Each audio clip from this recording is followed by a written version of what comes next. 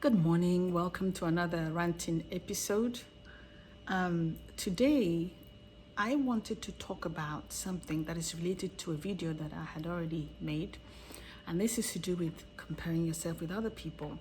So many people are making videos now regarding moving back to where they come from, whether it's Kenya, Nigeria, Ghana, Uganda, wherever. Many people are deciding to move back home. I always make time to watch these programs whenever I can, just to hear their story and look at things from their own perspective. And many times I go through the comments because I want to know what people think, because I know there are people who are like me who are not doing that at the moment, but maybe that thought had gone through your head at some point. And again, it comes back to comparing yourself with other people. When you listen to these people's stories, the stories are all very different. Life events are all very different. These people are different ages, different genders, different stages in their lives. You know, some of them are married, some are single, some are empty nesters, and some are people who are now retired. And so, but unfortunately, when you go to the comment sections, you see many people getting really upset, getting emotional about things. I know that we all want to go home. You know, home is where you come from. At least that's what most people would see as home. And many people left because their plan was to eventually go back. And I know for sure that people, the generation before us, many of them relocated, and the plan was for them to go back once they finished their education or the experience or wherever they moved. That was the original plan, but unfortunately, things happened and people now found themselves here. And they're still wanting to go home. So when you look at these videos or when you watch these videos, I think it's really important to listen to their story. And they always tell you that that's their own experience. And I want everyone to realize that that is the case. That's their story, that's their plan. It works for them, or at least they thought about it themselves and felt that it was the best thing for them to do.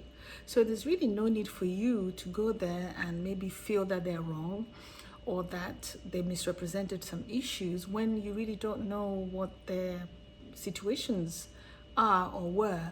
I remember that when people tell you stuff online, sometimes it's not always the whole story. There are some parts of the story that may not be evident when they tell you the story online.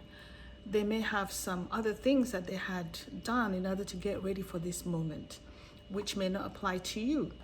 They've retired, which means that they're not working. And even if they stayed here, they wouldn't be employed. And perhaps their pension is going to be better used elsewhere than for them to be here. Their children are all grown, and so they don't have that responsibility.